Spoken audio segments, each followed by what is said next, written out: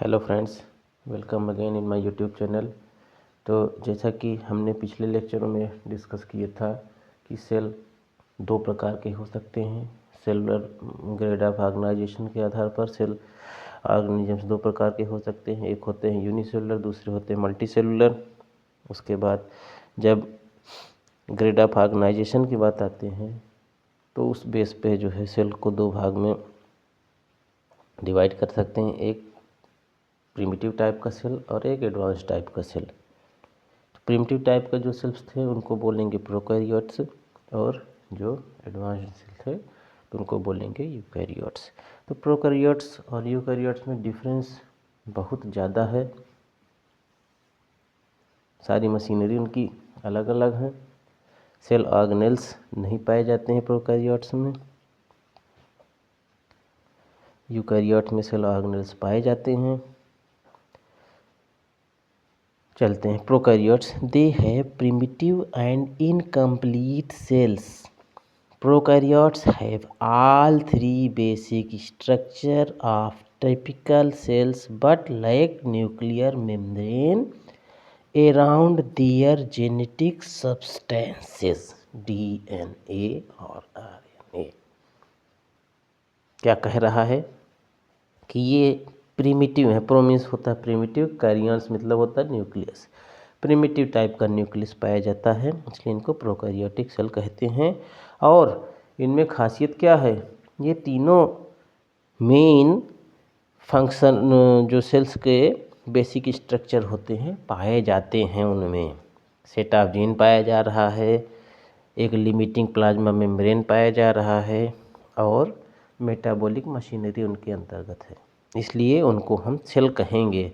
लेकिन nuclear envelope नहीं है, न्यूक्लियर मेम्ब्रेन नहीं है, मतलब उनका जेनेटिक मटेरियल किसी एक पार्टिकुलर स्थान पर नहीं है, पूरे सेल में बटा हुआ है, फैला हुआ, स्कैटर्ड है। इसी बिहाफ पे, न्यूक्लियस के बिहाफ पे हम उनको दो भागों में बांट दिए हैं, प्रोकैरियोट्स और यूकैरियोट्स। प्रो हो गया प्रिमिटिव, कैरियन मतलब न्यूक्लियस, मतलब सेल के अंदर है, जेनेटिक मटेरियल सेल के अंदर एग्जिस्ट कर रहा है, लेकिन वो फ्री है, वो किसी मेम्ब्रेन बाउंडेड स्ट्रक्चर्स में नहीं है, न्यूक्लियर इन्वेलप में नहीं है, पूरे सेल में डिस्ट्रीब्यूट है। जैसे कि बैक्टीरिया एंड साइनोबैक्टीरिया, ये सब जो होते हैं प्रोकैरियोट्स के अंतर्गत आते हैं। दूसरा है eukaryotic. They eukaryotic have advanced and complete cell. Complete cell क्यों बोले, क्योंकि इनमें न्यूक्लियस पाया जा रहा है, ये ट्रू हैं। यू मीन्स ट्रू, कैरियन मतलब न्यूक्लियस, इनमें ट्रू न्यूक्लियस पाया जा रहा है, इसलिए ये यूकैरियोटिक है।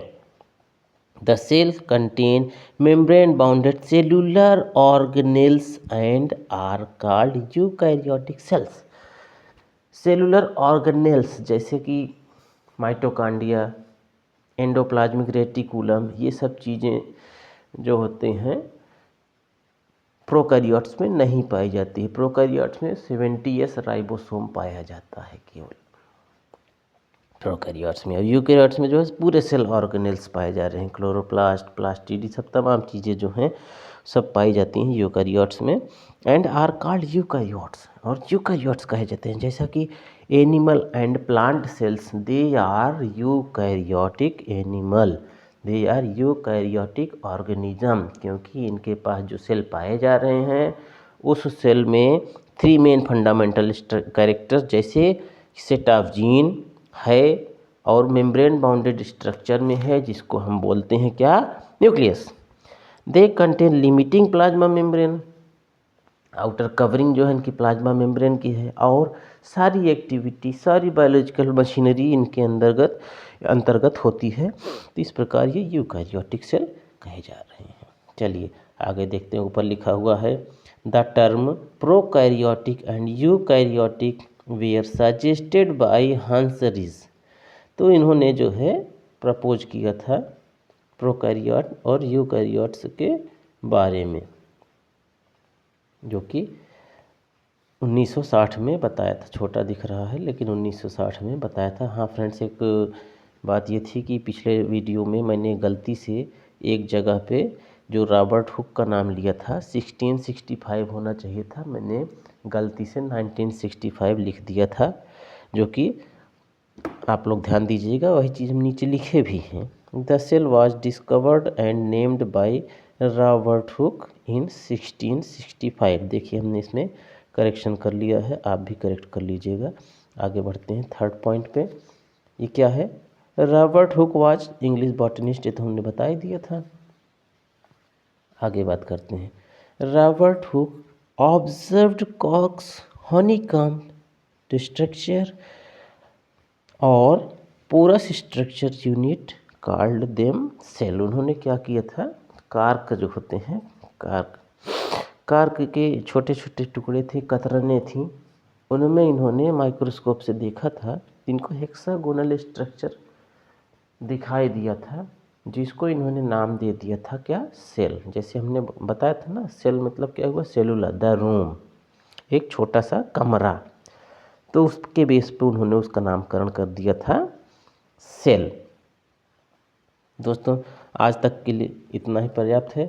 अब फिर हम आएंगे नए वीडियो के साथ, जिसमें हम केवल प्रोकैरियोटिक और यूकैरियोटिक का डीपली स्टडी करेंगे।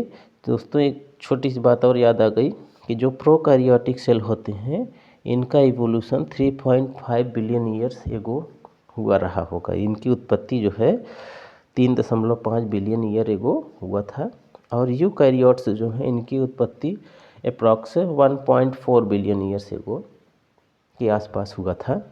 फिलहाल आज के लिए इतना ही, फिर मिलते हैं नेक्स्ट वीडियो के साथ।